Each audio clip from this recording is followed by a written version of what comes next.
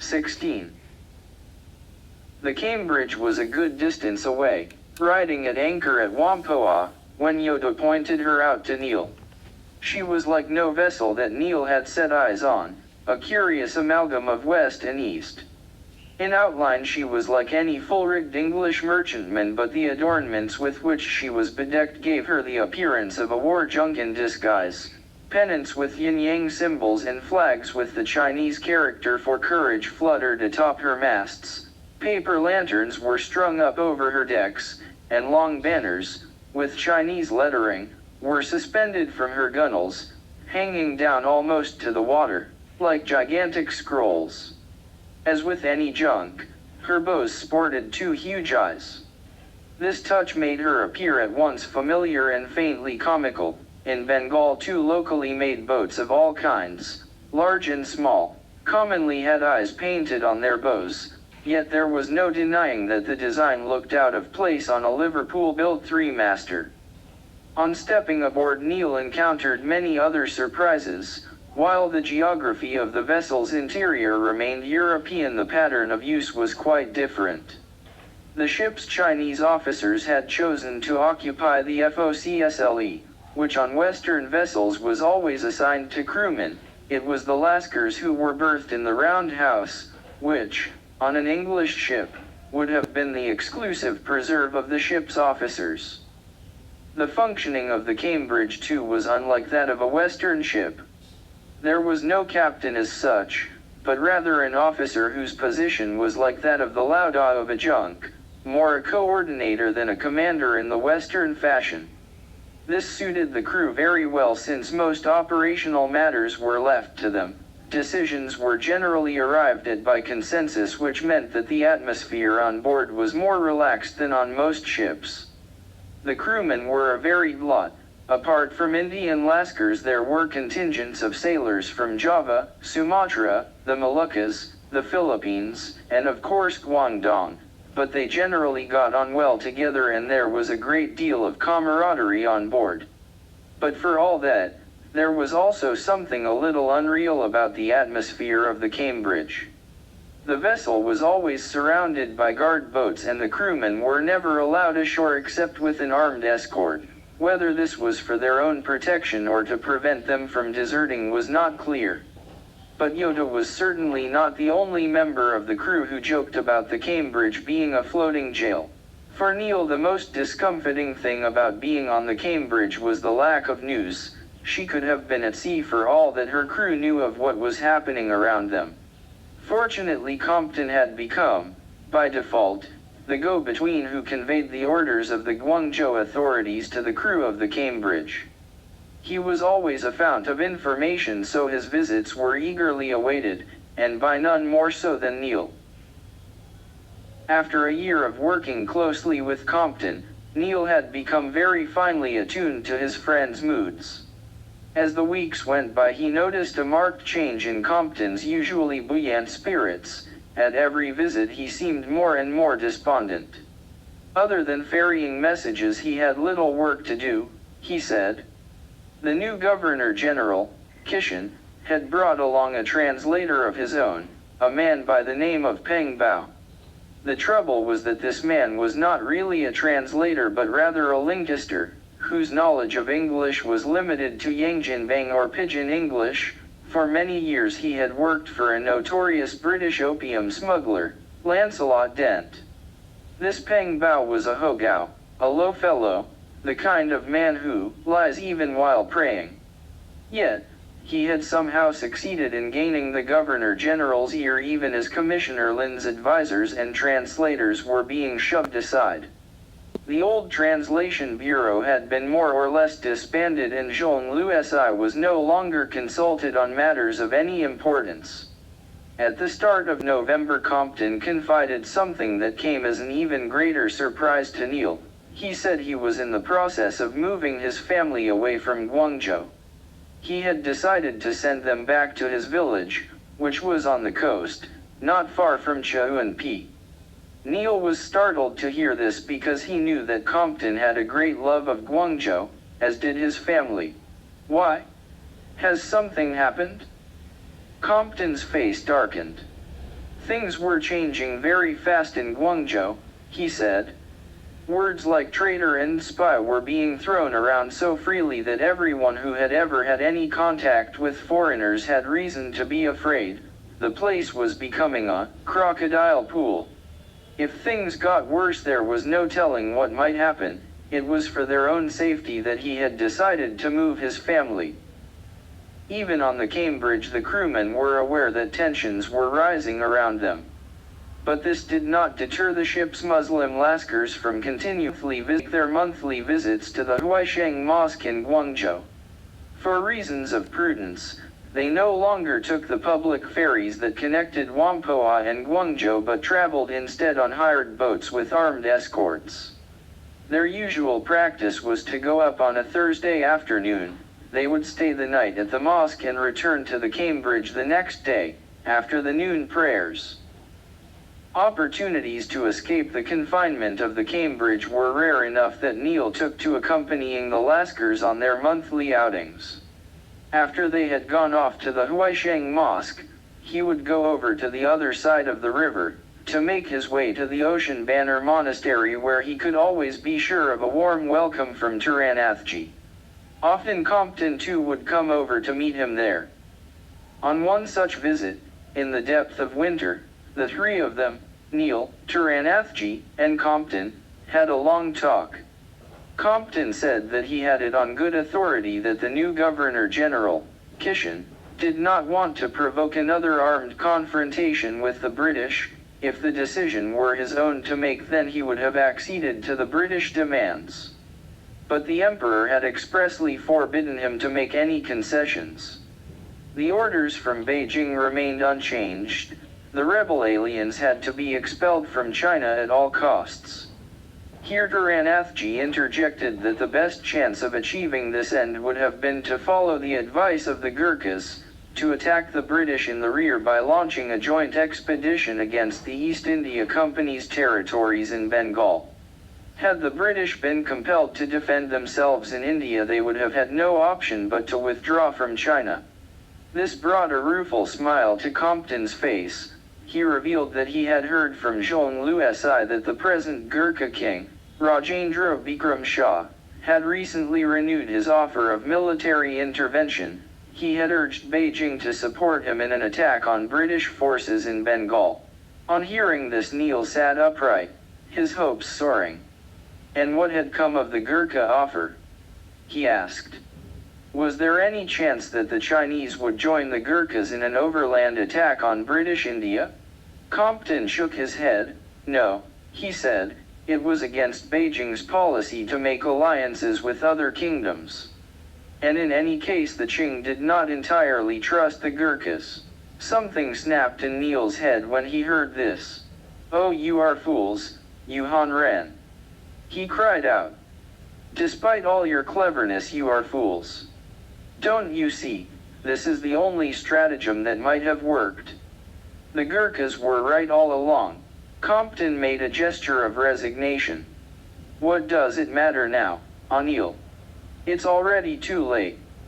That night Neil lay awake thinking how different things might have been. In China, if the Qing had acted on the advice they'd received from their Nepali tributaries.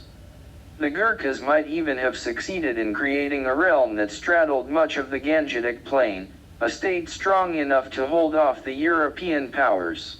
But for the short-sightedness of a few men in Beijing, the map of the world might have been quite different. Just as Neil was drifting into sleep, there was a sudden outburst of noise, across the river, in the foreign enclave. Running outside, he saw that a fireworks display was underway at the threshold of the American factory, where a number of foreign merchants were still in residence. Evidently they were celebrating the arrival of the Western New Year. 1841 had just begun. Shireen had initially planned to wear her best evening dress to the Benham's New Year's Day levee. But as the days went by, the thought of stepping on the Anahitha in European clothes became oddly disturbing to her. She could not rid herself of the idea that Bahram, for whom the ship had been built, would not approve. When the day came, she decided to wear a sari instead, one that Barham had given her, a mauve silk gara that had been embroidered in Canton. In keeping with Shirene's choice of clothing, Freddie and Zadig also decided to dispense with their usual jackets and trousers. On the afternoon of the levee, Zadig arrived at the villa looking like a grandee of the Sublime Porte, in a burumkuk kaftan and a tall, black kalpak. Freddie was a step behind him, dressed in a simple but elegant Chinese robe, with a finely ornamented collar. On his freshly shaved face there was an expression that Shireen had never seen before, a look of expectant alertness. It was evident that the prospect of revisiting the Anahita had stirred up a ferment of emotions in him. It had been arranged that they would meet the Anahita's longboat at a quay on the other side of the Macau promontory, on the shore that faced the outer harbor. Shireen was transported there in a sedan chair, and much to her surprise she was recognized as soon as she stepped up to the boat. The serang came hurrying forward to greet her, with a hand cupped to his forehead. "Salam, Bibaji." "Kem kho?" Shireen was startled to be greeted in Gujarati, and that too in a fashion that suggested that the man knew who she was. But then, looking at him more closely, she realized that he was a member of the Anahita's original crew. As with many others in that contingent, he had been with her family even before the ship was built, having been recruited from Kutch, as a boy, to work on her father's own Badalo yacht. "Gaguji?" said Shireen. "Is it you, Bibaji?" He was pleased to be recognized, and a wide grin spread slowly across his bearded, weather-beaten face. "Are you still working on the Anahita then?" The serang nodded in affirmation. Mr. Burnham had retained the Anahita's crew in its entirety, he said. Every man on the ship had once worked for Seth Barham. She was Bibaji to all of them, and the news that she was coming aboard that day had caused much excitement on the vessel. "Bibaji," said the serang, "the timbers of the Anahita may have changed hands, but her spirit will always belong to you and your family. Ships are like horses, Bibaji, they remember the people who rear them." The affinities of mutual recognition seemed to deepen as the pinnace moved ahead. Shireen had no difficulty in picking out the Anahita amidst all the other vessels that were at anchor in the channel, neither a merchantman nor a warship. She had the sleek elegance of a pleasure yacht. The Anahita too seemed to stir in recognition as the pinnace drew up. Many of her crewmen flocked to the bulwarks, craning their heads over the deck rails to catch a glimpse of the returning Bibaji.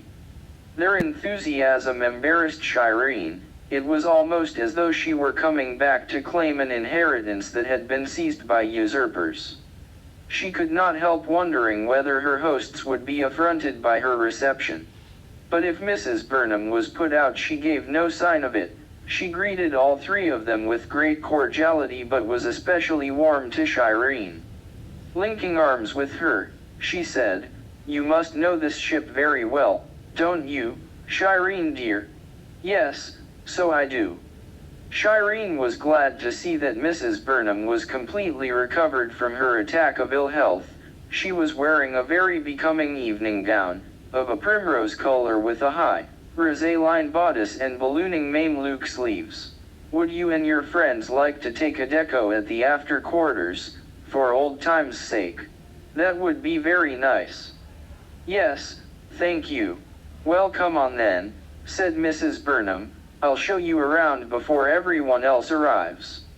Shireen had expected to find the interior of the Anahita much changed, and so indeed it was.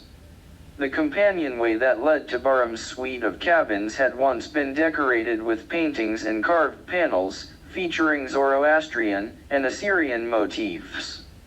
The pictures and woodwork were gone now. There were no images anywhere to be seen. A still greater surprise awaited at the far end of the gangway, where lay the owner's suite. This was the most lavishly appointed part of the vessel, and had been especially designed to serve as Barham's personal living quarters. It was here that he had always slept, in a large, richly decorated cumra with windows that overlooked the Anahita's stern. Shireen had assumed that the Burnhams, as the new owners would take that suite for themselves. But when the door swung open, she saw to her surprise that it was being used, instead, as a baggage hold. A great jumble of furniture was piled up inside: chairs, tables, disassembled bedsteads, sets, chaises longues, even an upright pianoforte. One of the two windows was wide open.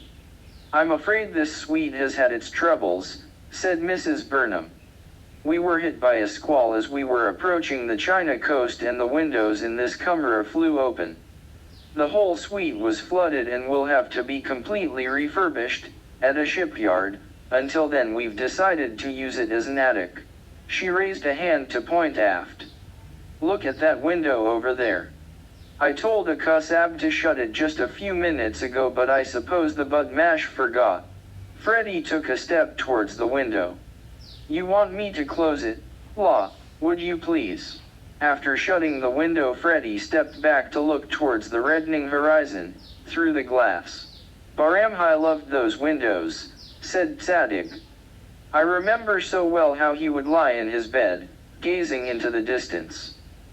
These words, evocative as they were, conjured up for Shireen so vivid an image of her husband that it was as if he had himself appeared within the darkening shadows, to watch the sunset.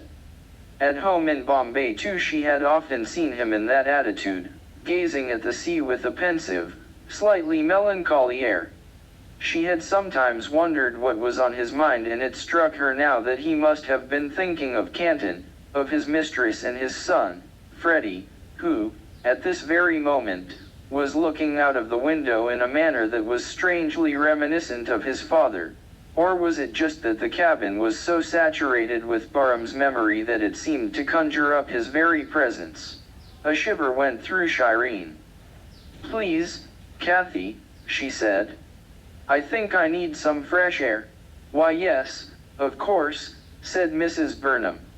"It's rather musty in here, isn't it? Let's go back on deck." She slipped her arm through Shireen's and they stepped back into the gangway. As they were heading towards the deck, they were waylaid by Babu Nob Kissan. "Captain Me and sepoys had arrived," he said. The Buh Sahib had asked Mrs. Burnham to come to the main deck, to receive them. "Thank you, Babu." Mrs. Burnham's voice sounded languid, almost indifferent, but Shireen, whose arm was still entwined in hers, felt a tremor passing through her body, followed by a distinct quickening in her breath. "Kathy? Is something the matter?" "Why no," said Mrs. Burnham in a slightly breathless voice. "I'm perfectly thick." But even as she said this, she was tightening her grip on Shireen's arm, leaning on her, as if for support. "You know Captain Me already, don't you, Shireen? Won't you come with me to receive him?" "Yes, of course," said Shireen. They went out on deck to find a line of fifers and drummers filing up the side ladder. After stepping on board, the boys crossed smartly over to the far end, where the sepoys had already assembled, between the bows.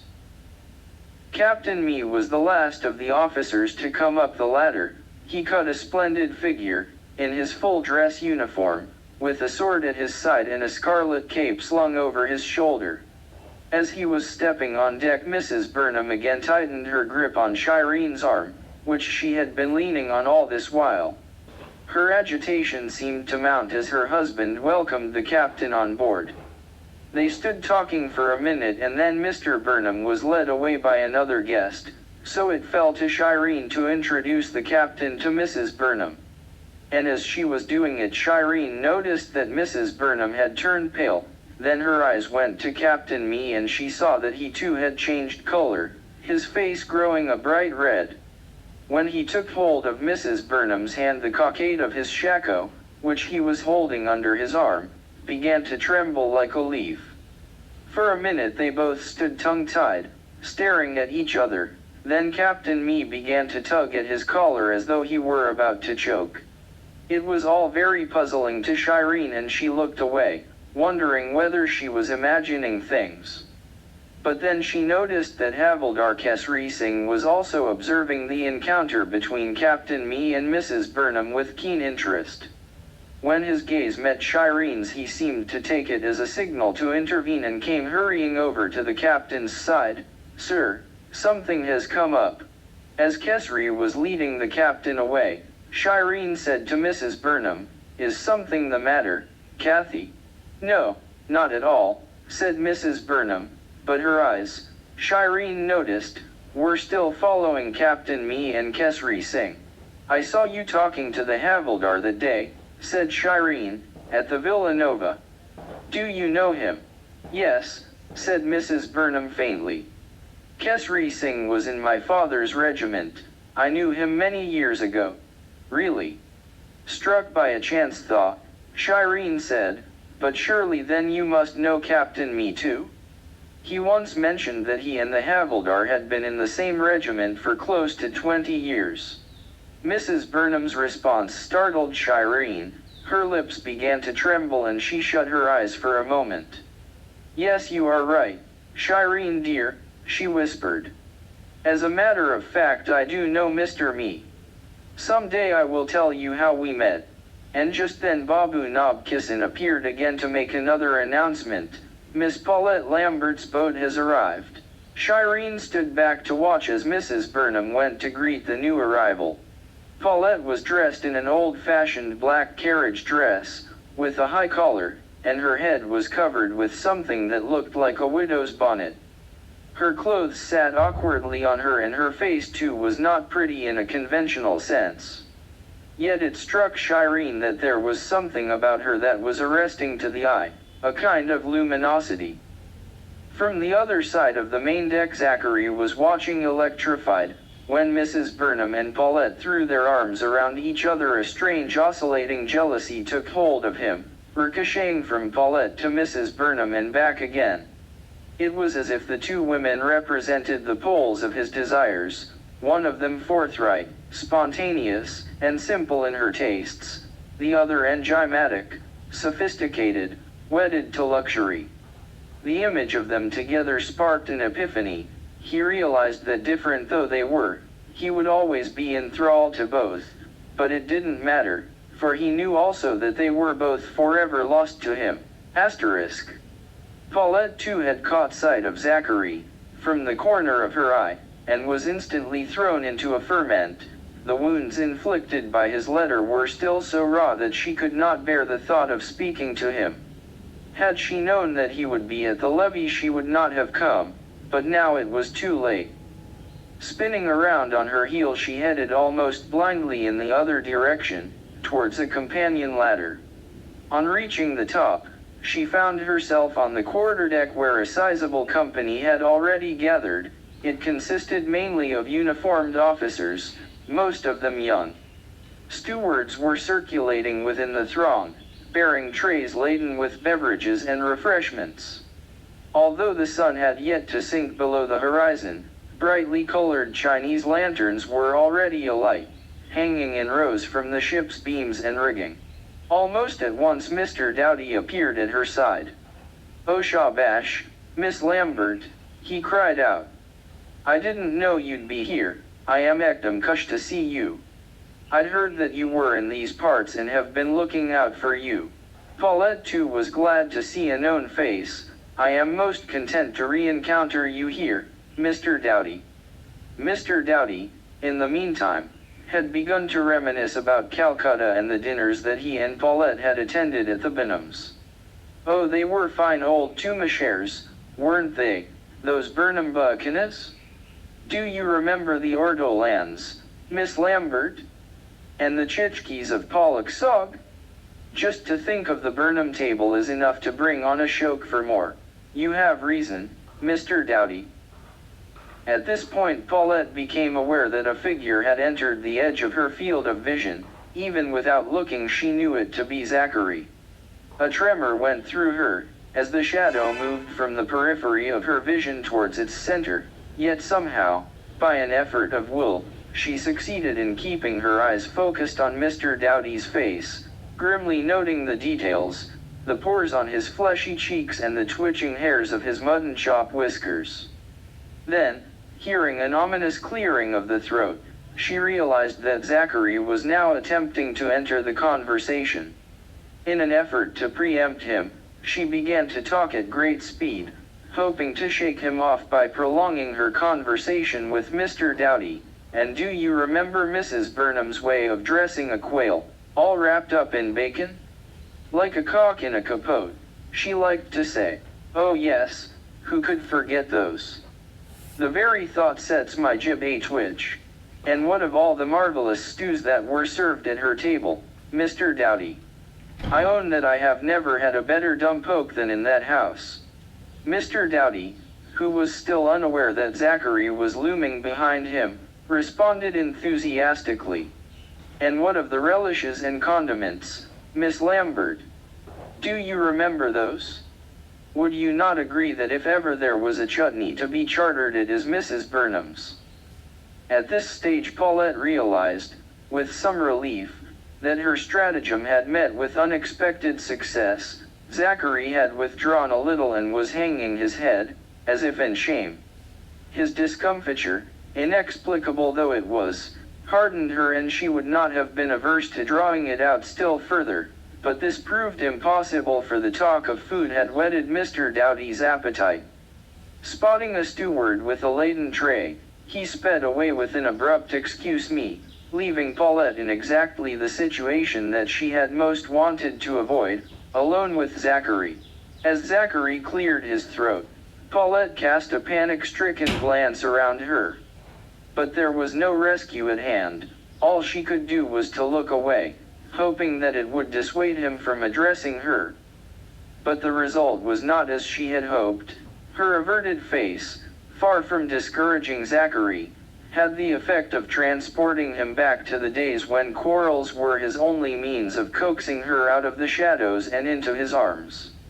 It was as though he had reverted to an earlier avatar of himself, when his ambitions had been simpler and Paulette had been the principal object of his desire.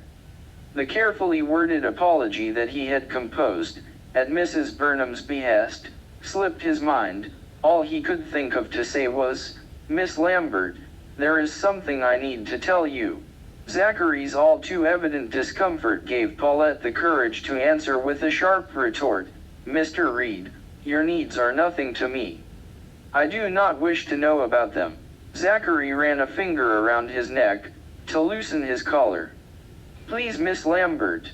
And at this critical juncture, when she was all but cornered, Paulette's rescue was sounded by a gong. "Ladies, gentlemen."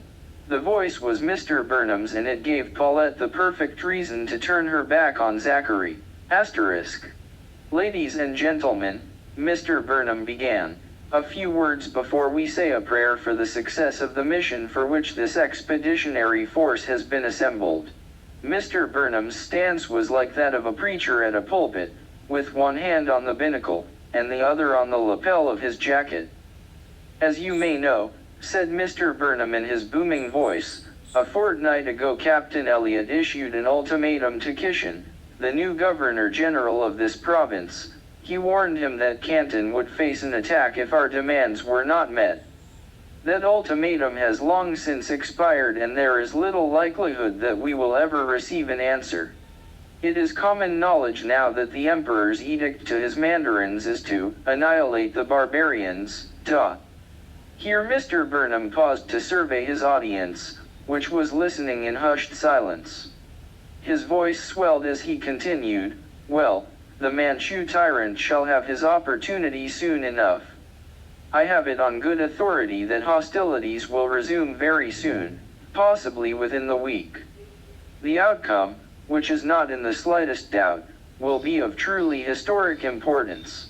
Now Mr. Burnham turned to Captain Mee, who was standing beside him. Raising a hand, he placed it on the captain's epaulette.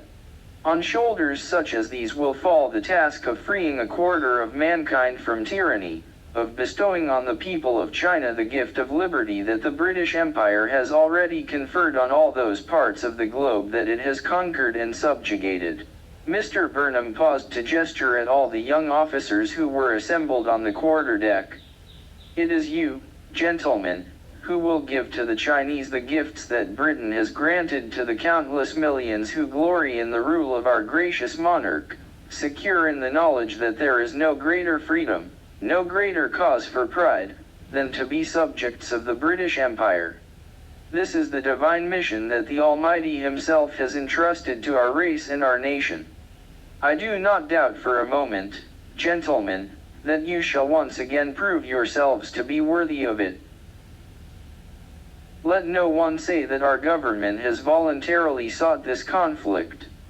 To the contrary, we have been exemplars of patience. We have suffered insults, indignities, and oppression with unmoving fortitude. We have sent mission after mission to parley with the godless tyrant who calls himself the Son of Heaven, but all our efforts at diplomacy have come to nothing.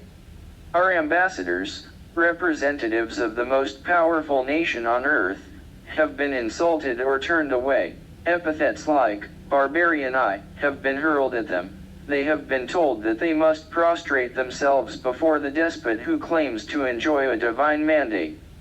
All our efforts at conciliation and compromise have been unavailing. The Manchu oppressor has rebuffed them all. It is he who, through his vainglorious ignorance, has brought upon himself the dreadful reckoning that shortly awaits him and his cohorts. It is he who bears the ultimate responsibility for the intolerable affronts that Commissioner Lin has inflicted on us, culminating as they did in an act of the grossest thievery, the seizure of our cargoes. But let it not be said for a moment that our present crusade is motivated by a desire for monetary restitution. This was a predestined conflict, as inevitable as the struggle between Cain and Abel. On one side stands a race that is mired in depravity, tyranny, self-conceit and evil. Ranged on the other side are the truest, most virile representatives of freedom, civilization, and progress that history has ever known. Here a burst of applause interrupted Mr. Burnham. He raised a hand to acknowledge it before resuming. Let us not forget that at the heart of this conflict lie two precious and inviolable values, freedom and dignity. This war will be fought not only to liberate the sons of Han from Manchu tyranny, but also to protect our own dignity, which has suffered greater outrages in this land than in any other. This was answered by a spontaneous chorus of shame. Shame. Mr. Burnham let the shouts die down before continuing. Is it conceivable that we should forever swallow the insults that are hurled at white men in this land? Shall we always permit ourselves to be vilified as barbarians, foreign devils, red-haired demons, and the like? The gathering responded with a roar. No. Never. Is it conceivable, said Mr. Burnham, that we, who stand under the proudest, most warlike flag on earth, should not seek satisfaction for repeated and heinous affronts to the representatives of our most gracious sovereign? Again he paused, and again the gathering answered with a roar. No. So be it, said Mr. Burnham. Let the Celestials taste the retribution they have invited upon themselves, and let us hope that it will make them turn towards the path of redemption. For does not the good book say, if ye endure chastening, God dealeth with you as sons? For what son is he whom the Father chasteneth not? Indeed, I envy the Chinese their good fortune in that the rod of their chastening will be wielded by hands like these. Reaching for Captain Mee's wrist, Mr. Burnham held up his arm, drawing cheers from the audience.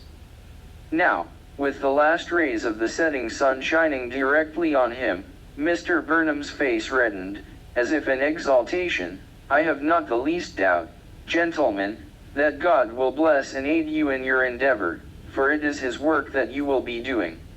When the task is finished, China will be changed beyond recognition. This will be your legacy to history. Future generations will read with wonder of the miracle that you have wrought. Truly will it be said that never in the history of the world was so great a transformation brought about by so small a company of men. As cheers erupted around him, Mr. Burnham raised a hand. And now, gentlemen, let us say a prayer. Asterisk. Paulette was murmuring the words of the prayer, with her head lowered, when she caught another glimpse of Zachary and realized that he was still hovering nearby. She would make her escape as soon as the prayer was over, she decided, but before she could slip away she was distracted by another announcement. And now, ladies and gentlemen, a salute to our flag, by our fine Bengal sepoys. Even as Kesri was calling out the first command, Zachary was whispering in Paulette's ear, "There is something I need to say to you." Escape being impossible now, Paulette headed aft, to the far end of the deck, where there was no danger of their being overheard. At every step she felt that she was being pushed literally to her limit.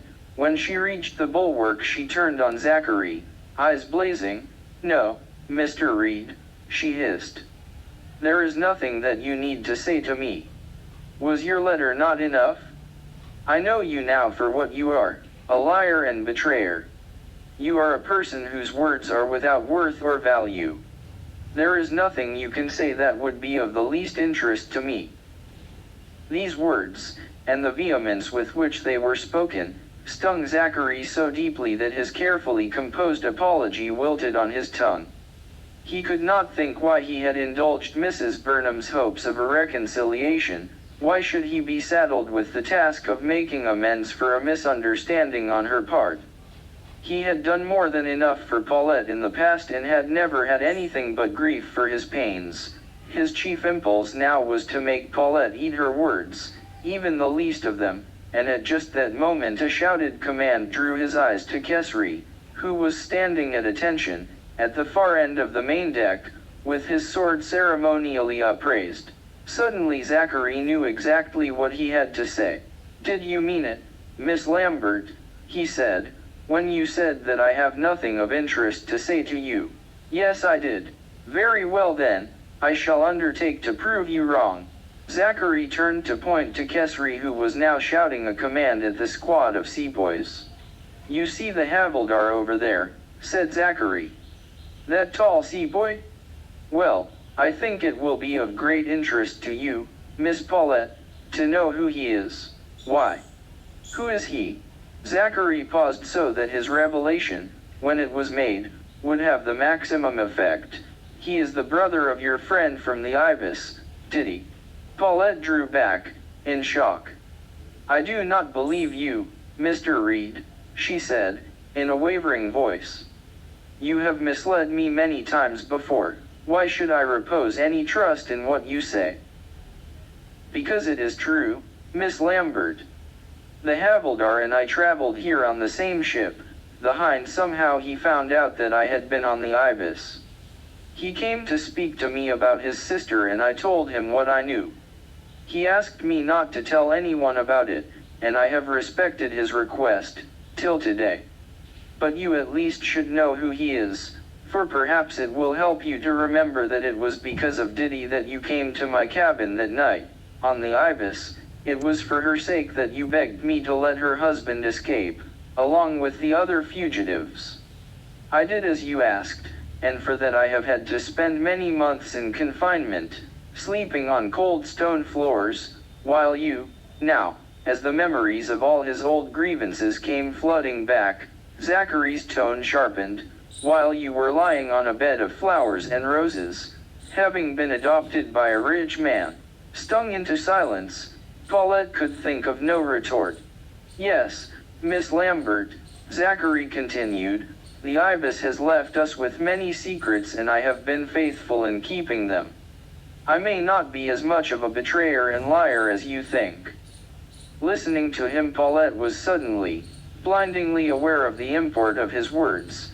She understood that no matter how much she might want to be finished with Zachary, she would never be free of him. The bond of the Ibis was like a living thing, endowed with the power to reach out from the past to override the volition of those who were enmeshed in it. It was as if she were being mocked for harboring the illusion that she was free to decide her own destiny. Before she could think of anything more to say, Zachary tipped his hat at her and bowed. "Good day, Miss Lambert. I do not know if we shall meet again, but if we do you may be sure that it will not be by my design. Asterisk." A burst of applause rang out as the sepoy's salute drew to a close. When it had faded, Mrs. Burnham, who had been sitting beside Shireen, on the quarterdeck, rose to her feet. The sepoys have performed so splendidly that I feel I should thank the Havildar myself. This proposal received an enthusiastic endorsement from her husband. Of course you must, dear, he said. And we must make sure that they are served some refreshments. Down on the main deck, by dint of habit, Kesri was tracking the flow of people on the Anahith's decks as though they were troops on a battlefield. For the most part his attention was centered on Captain Me and Mrs. Burnham. They were like the standard bearers, providing points of orientation in the midst of the dust and smoke of battle. He kept track of their whereabouts almost without being aware of it. He had noticed that after their initial meeting beside the side ladder, when his own speedy intervention had saved the captain from making a fool of himself, the two of them had stayed well away from each other. Now, seeing that Mrs. Burnham was coming towards him, Kesri snapped to attention, fixing his eyes on a point in the middle distance. When she said, "Salam Kesri Singh," he snapped off a salute, without looking directly at her. "Salam, Memsabi, you and your men performed very well, Kesri Singh. Aap ki meherbani hai, you are kind to say so, Katha Memsabi." Then passed a moment of silence, and when she spoke again it was in a completely different tone, flat and urgent. "Kesri Singh," she said, "we have very little time and I do not want to waste any of it. Gee, Memsabi, I want to ask you something, Kesri Singh. It is about me Sahib. Gee, Kathy Memsabi, is he married?" "No, Kathy Memsabi, he is not." "Oh." She paused and her voice fell. "Then maybe he has a Kali Bibi, a black wife? I cannot say, Kathy Memsabi. He is my Captain Sabi. We don't speak about such things." Even as he was saying this, Kesri guessed she would not be taken in. As a military daughter she was sure to know that such matters were impossible to conceal within a battalion. Nor was he mistaken. He could tell from her face that she had interpreted his response as a rebuff. "So you don't want to talk to me, Kesri Singh, is that it?" "There is nothing to tell, Kathy Memsabi. Misabi is not married and there is no woman in his keep. Has he ever spoken of me?" "Not to me, no, Memsabi. Is that all then? You have nothing else to say to me?" The desperation in her voice stirred Kesri's pity. "There is one thing I can tell you, Katha Memsabi," said Kesri. "Yes?" "Ek bar," said Kesheim, "one time, 12 years after that winter in Ranchi, Misabi was wounded in some fight. I was beside him and I was the one who removed his korti." In the pocket, near the breast, Kesri raised a hand to touch his heart. There were some papers. She gasped. "What papers?" "I think it was your letter." "My letter?" "Yes, Kathy Memsabi. I think it was the letter you gave me, to give to him, all those years ago, in Ranchi." Kesri knew, because two shimmering dots had appeared at the lower edge of his vision, that her eyes were glistening. And at the same moment he saw that Captain Me was coming down the companion ladder, advancing towards them. In an attempt to warn Mrs. Burnham, he allowed his eyes to flicker away. Glancing over her shoulder she saw that the captain was heading in their direction. She turned quickly away to busy herself with her ridicule. "Ah, Mrs. Burnham," said Captain Me, in a tone of forced banter. "I hope my Havildar is not giving away all our battalion's secrets. He seems to have a lot to say to you." "Why, Captain Me," said Mrs. Burnham, speaking as he had, in a bantering tone. "I trust you are not jealous of your Havildar." Then suddenly the air seemed to go out of her lungs. "Oh please, Neville," she said in a soft, shaky voice. "How long must we pretend?" The directness of her tone caught Captain Me off guard, wrecking his composure. Like rings on a pond, The pain, yearning, and disappointments of the last 20 years seemed to ripple across his face. When next he spoke, his tone was like that which Kesri had heard in his tent, a few days before, the voice of a bewildered 19-year-old. "Kathy, I don't know what to say. I've been waiting so long, and now." From under the brim of her hat Mrs. Burnham shot Kesri a glance that brimmed with gratitude. Then slowly they moved away. Asterisk. "There you are, Reed." Throwing an arm over Zachary's shoulder, Mr. Burnham led him aside. "Have you been able to have a word with Captain Me yet?" "Not yet, sir," said Zachary. "It may be difficult here, with so many people about, but I'll try." "Best to do it now," said Mr. Burnham. "If we don't get to him soon you may be sure that someone else will." With that Mr. Burnham went off to talk to a guest while Zachary took a turn around the crowded quarterdeck, looking for Captain Me.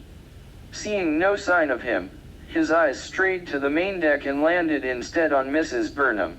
He saw, to his surprise, that she was deep in conversation with, of all people, the sergeant of the Bengal Sepoys. Zachary had watched Mrs. Burnham from afar at many parties and levees. It seemed to him now that there was something odd about her bearing. Her posture was not at all like that of her usual, social self. Her head was cocked in such a way as to suggest that she was hanging on the Sepoy sergeant's every word. But what could a havildar have to say that would be of such interest to her?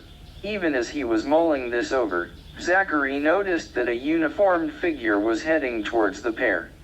A moment later he realized that this was none other than Captain Me. Zachary froze. Standing riveted to the deck, he watched as Mrs. Burnham and Captain Me spoke to each other. When they moved away from Kesri, he leaned forward, his knuckles widening on the deck rails. At that point Mrs. Burnham happened to turn her head so that the glow of a paper lantern fell directly on her face. Zachary had to stifle a gasp, for the countenance she had turned to Captain Me was not her public visage but rather the one that Zachary had himself come to recognize in her boudoir. So far as he knew there was only one other man who had ever been privy to this other aspect of Mrs. Burnham, and that man was a soldier, a lieutenant, she had said, her first and only love. Zachary noticed now that Captain Me's red-coated shoulders were also inclined towards Mrs. Burnham in a manner that suggested a more than casual acquaintance. Suddenly suspicion boiled up in him, to be followed by an onrush of jealousy so intense that he had to hold on to the rails to steady himself. What were they talking about, looking at each other so intimately? Zachary had to know. The curiosity that had taken possession of him was too powerful to be resisted. Before he was aware of it, his feet were moving, carrying him down the companion ladder to the main deck. Plunging into the throng of guests, he began to work his way towards the couple. But he was only a few paces away when he thought the better of it. If Mrs. Burnham spotted him she might well guess what he was up to. He came to a halt, thinking about what to do next, and just then his eyes fell on the white uniform of a fifer. A moment later he realized that it was Ryu. The boy was wandering about as though he had lost his way. "Hey there, Kid Mutt." "Hello, sir," said Ryu in a small, scared voice. "How are things with you?" "All right, sir." "Do you like being a fifer?" "Yes, sir. I like it. Most of the time. But not now? Is that why you are wandering around like a lost puppy?" "Sir, the drummers told me to find them some grog. They said the youngest fifer always has to do it. But I don't know where to find a bottle of grog, sir, and I'm afraid they're going to be angry with me." Dropping to his heels, Zachary squatted close to Ryu's ear. "Listen, Kid Mutt, I'll find you a bottle of grog, I promise. But you'll have to win it from me fair and square." "How, sir?" "By playing a game." "What game, sir?" Zachary inclined his head towards Captain Me and Mrs. Burnham. "Do you see those two over there?" "Yes, sir." "All right, So the game's this: you have to sneak up behind them and listen to what they're saying. But they can't know that you're there. It's a secret game, right? Only you and I are playing. Yes, sir. You think you can do it? Yes, sir. Go on then. Leaving Ryu to work his way across the deck, Zachary cornered a steward and slipped him a Spanish dollar. Can you bring me a bottle of grog? Jaldi Ekdom. Yes, sir. Ekdom Jaldi. As he waited for the steward to return, Zachary saw that Ryu had circled around the deck and was eavesdropping unnoticed on Captain Me and Mrs. Burnham. Then the bottle of rum arrived and Zachary beckoned to Ryu to come back. Dropping into a squat again, he said, "Did you hear anything, Kid Mutt?" "Yes, sir." Mrs. Burnham was talking about a milliner's shop, near the St. Lazarus Church in Macau. She said that she often goes there. Oh? And what did he say to that? He said he would meet her there. Anything else? That's all I heard, sir. Zachary patted Ryu on the back and handed him the bottle. You did good, Kid Mutt. You've won the grog fair and square. But remember, it's a secret, not a word to anyone. Yes, sir. Thank you, sir. Asterisk. Not for a moment after setting foot on the Inahitha's quarterdeck had Shireen been able to forget that Barham's accident had happened here, that it was from this very deck that her husband had fallen to his death. Through the duration of Mr. Burnham's oration and the ceremony that followed, she had wondered whether it was from the Jemna side that he had fallen or the Dawa. Or had he perhaps tumbled over the stern? In thinking about these things she was seized by a strange disquiet, a feeling that only deepened when she saw Freddie leading Paulette towards her. But once introductions had been made, Shireen took a liking to her. She invited her to sit on the bench and for a while she listened quietly as Tzadig and Paulette talked about gardening. Then at last Shireen gingerly broached the subject that had been weighing on her mind. Is it true, Miss Lambert, that you were on the island the day my husband died? Yes, Mrs. Maudie, said Paulette. I was up in the nursery that day and I saw this ship, the Inahitha, at anchor below. Although there were many ships in the bay that morning, the Inahitha was the one that caught my eye. Why? Said Shireen. Because there was a ladder, a rope ladder, hanging out from an open window, at the back. You mean from my husband's suite? In the stern of the ship. Yes, said Paulette. That was where it was. Taken aback, Shireen cried, but why would there be a ladder in his window? I cannot tell you why it was there, said Paulette. It seemed very strange to me too, because there was nothing below but water. Shireen turned to Freddie and Tzadig. Did you know about this ladder? Tzadig shook his head. This is the first I've heard of it, Bibaji. I did not speak of it to anyone, said Paulette. To be truthful, I had forgotten about it until Freddie asked me. But how would Freddie know? Cried Shireen, turning towards him. Had someone told you about the ladder, Freddie? No, said Freddie. No one told me. But I see in my dreams, the ladder, hanging from the window. That is why I asked Miss Paulette, any? Then she tell me, yes, she saw in the morning, but after an hour it was gone. Vico must have taken it in, said Tzadig. But he never uttered a word about it to me. All of this was completely incomprehensible to Shireen. But why would there be a ladder there? Do you think there was some foul play?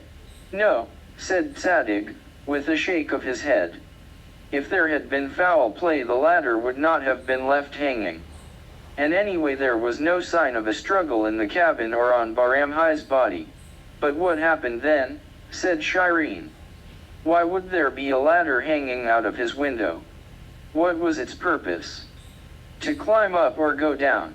Nobody said a word, so Shireen turned again to Freddie. You know the answer, don't you, Freddie? Tell me what the ladder was for, please. Freddie did not answer at once. His eyes were closed and he seemed almost to be in a trance. When he spoke again his voice was very soft. I think father went down the ladder because someone called him. Who? My mother. Your mother, cried Shireen. But that's impossible. Hadn't she died some years before? Freddie shook his head. Did not die. La, my mother, he said, was murdered, and by men who came looking for me. She helped me get away and did not tell them where I went. So they stabbed her and threw in the river, the Pearl River. There was no funeral, nothing, so she is still in the river, still in the water, this water that we are on. I see her sometimes, she has not found rest, so she comes to me. That night, when father come here from Canton, in this ship, I think she come to him too and call him away. He went down the ladder to go to her. I have seen it so in my dreams, La. No. Shireen's head was spinning already, and it began to turn even faster now as she jerked it violently from side to side. No. I cannot believe it. I will not believe it. Then all of a sudden, everything went dark. Asterisk. The fuss on the quarterdeck was loud enough to cause Kesri some concern. He kept a careful eye on it, and when he saw a prone body being carried away he realized that there was no reason for undue alarm. A lady had swooned and was being taken inside. Shortly afterwards he spotted a memsahib in a black dress and bonnet coming towards him. He did not make too much of it. Several sahibs and memsahibs had already approached him with complimentary words about his squad of sepoys. He assumed that this Miss Em was going to do the same. But when she came face to face with him she said nothing, she just stood there silently, staring. Thinking that she was unsure of whether he understood English, Kesri said, "Good evening, Memsabi." That was when she began to speak, and not in English but Hindustani. "It is true, isn't it," she said, "that you are Didi's brother? I can see it in your face, your eyes. She used to draw pictures of you. I saw one once, she had drawn you holding a bunduk." Now Kesri too lost his tongue for a moment. When he regained it, all he could say was, "How did you know? How did you know about Didi, that she is my sister?" "Mr. Reed told me," said Paulette. "I was on the ship too, you know, the Ibis.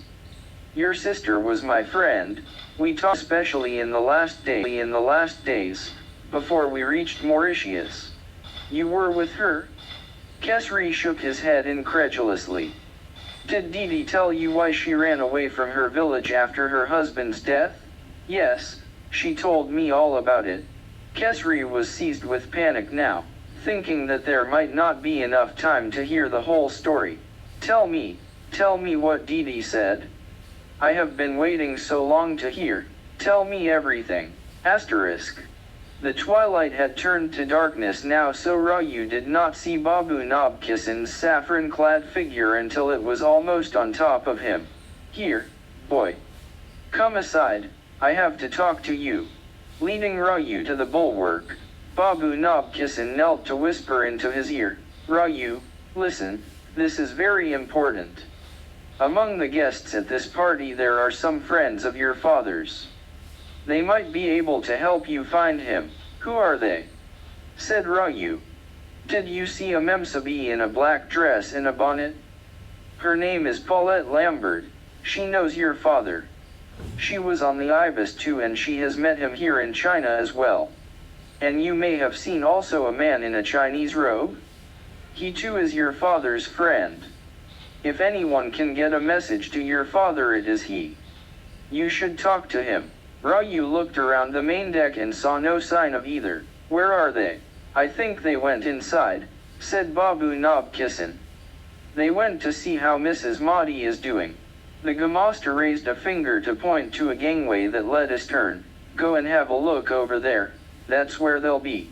Rayu set off without another word. Threading his way through the guests, he circled around until he reached the gangway that led to the cabins at the rear of the vessel. This part of the ship was empty and silent. The gangway was dimly lit by a few flickering lamps. Keeping to one side, Ryu made his way slowly forward. There were cabins to the right and to the left of the gangway, but the doors were all shut. Only one door was ajar, and it was at the far end. Above it was a sign that said Owner's Suite. Creeping up to the entrance, Ryu put his eye to the crack in the doorway. There seemed to be a lot of old furniture inside. There was a draft blowing through, and it pushed the door a little further ajar, as if to invite Ryu in. After hesitating for a minute, Ryu stepped through the doorway. Moonlight was flowing in through the windows, one of which was wide open. Ryu saw now, to his great surprise, that someone was sitting by the window, in a chair. All Ryu could see of him was a turbaned head, silhouetted against the moonlight. To Ryu's relief, it seemed that the man had not noticed his presence. Holding his breath, he took a step backwards, thinking that he had better leave while he could. But just as he was about to slip away, the turbaned head turned to look in his direction. The silvery moonlight gave Ryu a glimpse of a man with a broad, square face and a clipped beard. "Sorry, sir," said Ryu apologetically. "I didn't know you were here."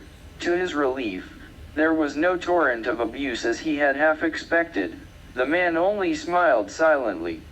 "Mummy, they're sorry, sir." Ryu ducked out. Pulling the door shut behind him, he turned around to find that two figures, a man and a woman, had stepped out of one of the cabins that lined the gangway. The man was dressed in a Chinese gown, and when he caught sight of Ryu, he said, "Hello? Who are you, and what you doing here?" Suddenly Ryu understood that this was the couple that Babu Nobkisan had told him about. "I was looking for you, sir," he blurted out. "And for ma'am too." "You were looking for us," said Paulette in surprise. "But why?" Ryu stepped quickly towards them. "You both know my father," he said, lowering his voice. "Babu Nobkisan told me so." "Who is your father?" "His name is Neil." Kesri was still recovering from the shock of his meeting with Paulette when Zachary appeared in front of him. "Good day there, Sergeant. Could I have a word with you, please?" "Yes, Reed Sabi. Sergeant, you remember that evening, on the Hind? How you came to my cabin and asked me questions about your sister?" "Yes, Reed Sabi. Sergeant, I need you to return the favor now. I've got some questions that I need you to answer." "Questions?" said Kesri in surprise. "For me?" "Yes, Sergeant. You said that you'd been Captain Me's orderly 20 years ago, isn't that right?" "Yes, sir." "Were you ever with him in a place called Ranchi?" "Yes, Reed Sabi." "Was he a lieutenant then?" "Yes." "And was Mrs. Burnham there too?" Kesri's face hardened and the muscles in his jaw began to twitch. "Why you want to know, Reed Sabi?" "Listen, Sergeant," said Zachary sharply. "When you asked me questions about your sister, I answered. You told me then to come to you if I ever needed anything. Well, I've come to you now with a question, a very simple one, and if you are a man of your word, you'll answer it. Let me ask again, was Mrs. Burnham in Ranchi at the same time as Captain Me?" Kesri nodded reluctantly. "Yes, Mr. Reed," he said. "She was there." "Thank you, Sergeant. That's all I need." Now that he had received confirmation, Zachary felt vastly more calm than he had been when the idea was just a suspicion in his head. It was as if Mrs. Burnham had given him yet another gift. It was up to him now to use her secret to his own advantage. Asterisk. To Kavanjh? Kai? Where are you going? Why? As her eyes flew open, Shireen experienced a moment of pure terror. She had no idea of where she was or how she had got there. Then she heard Sadig Bey's voice, somewhere close by. "It's all right, Bibaji. I am here, with you." She sat up with a start and a cold towel flew off her forehead. "Where am I?"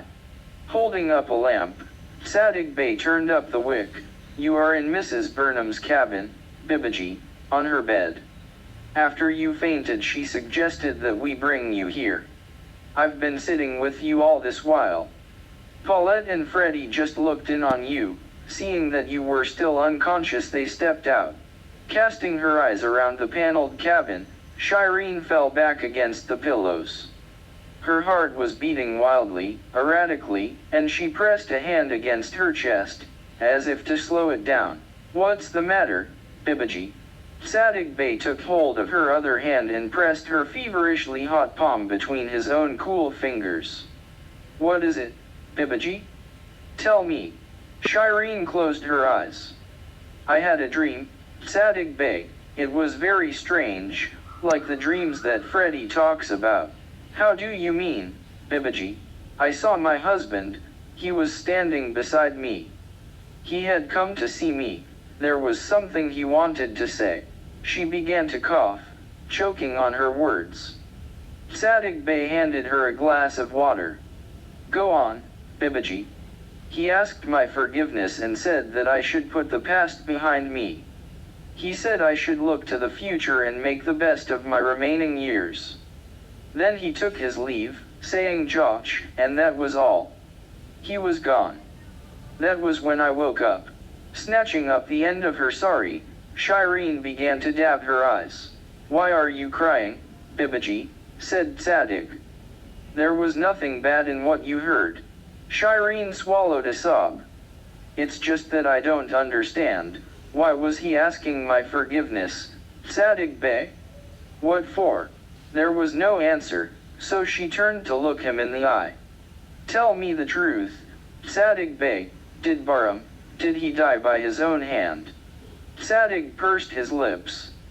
I don't think it was as simple as that, Bibaji, he said. If anything, it probably happened as Freddie says. He must have thought that he had heard Chime's voice. Baramhai told me once that he had had a vision of her, on this very ship, the Inahitha. A vision, scoffed Shireen. Impossible. Baram never believed in such things. But he told me so himself, Bibaji. It happened on his last voyage, long after Chime's death.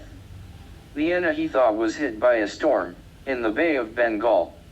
Baramhai's cargo of opium was knocked loose, so he went down to secure the chests. That was when he heard her voice and saw her face.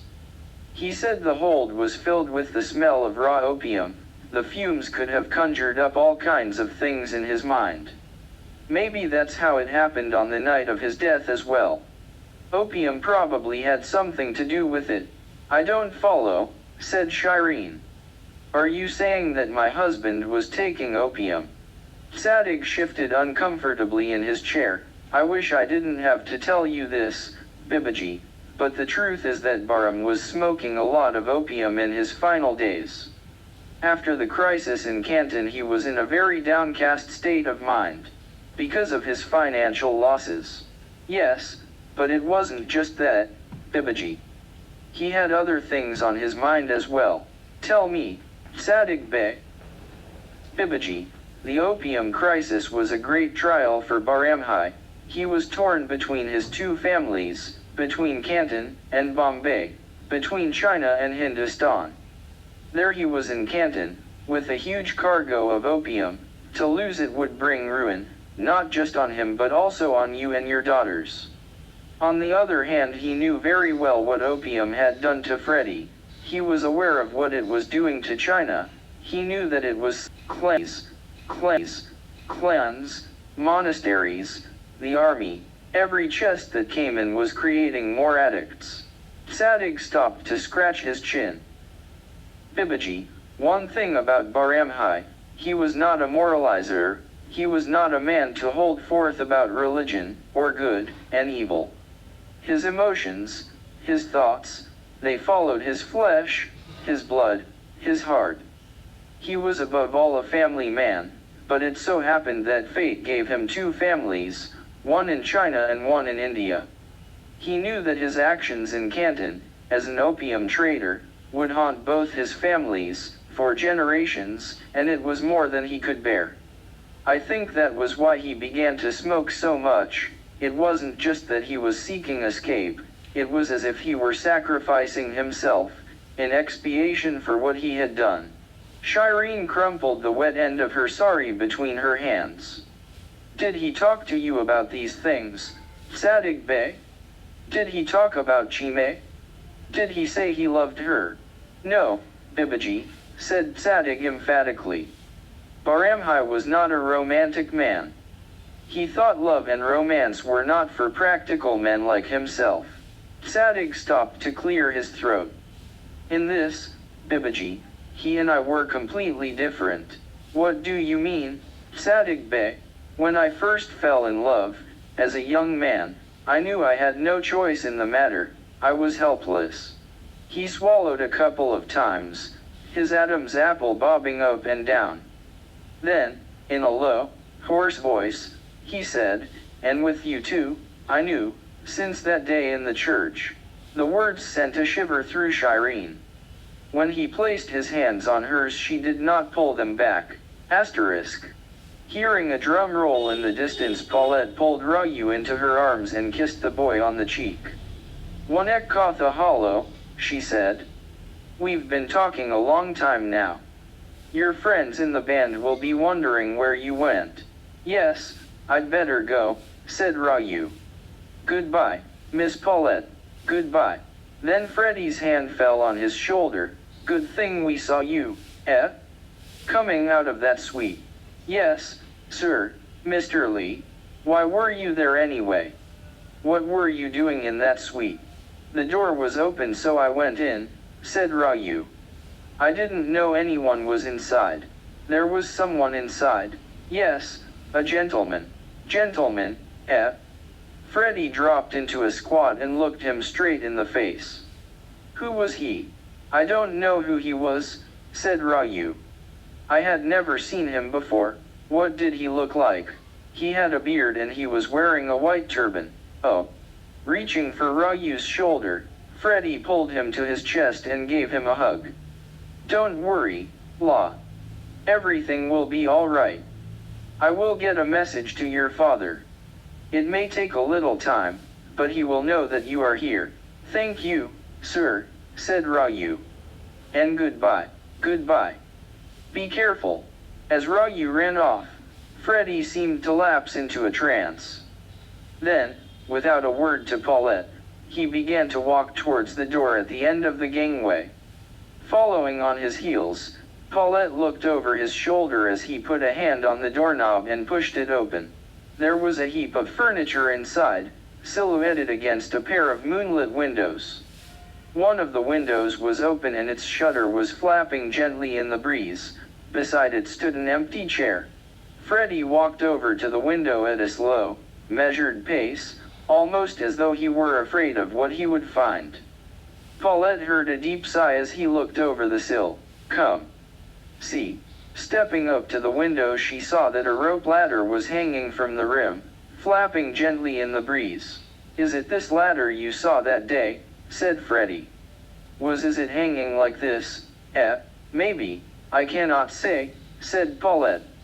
Anyway, why is it hanging there now? Freddie made no reply. Leaning forward, he thrust his head out of the window and looked down into the water, at the shimmering reflection of the moon. For a while he seemed to listen to the waves, with his eyes closed. Then she heard him say, I can hear them, La, calling me, the two of them, my mother and father. On an impulse she put a hand on his shoulder and pulled him back. His angular cheekbones stood out in the silvery moonlight, lending a strange beauty to his gaunt, haunted face. You cannot go, said Paulette. I will not let you. Why? Didn't you say yourself that the bonds of the ibis are very strong? We all need each other. 17. 2 days after the start of the English New Year, Compton came over to Whampoa unexpectedly, bearing freshly issued orders for the Cambridge to move to a new position. She was to be taken downriver to the island of North which lay directly opposite Human, at the center of the Tiger's Mouth. The Cambridge weighed anchor that very day, with Compton on board.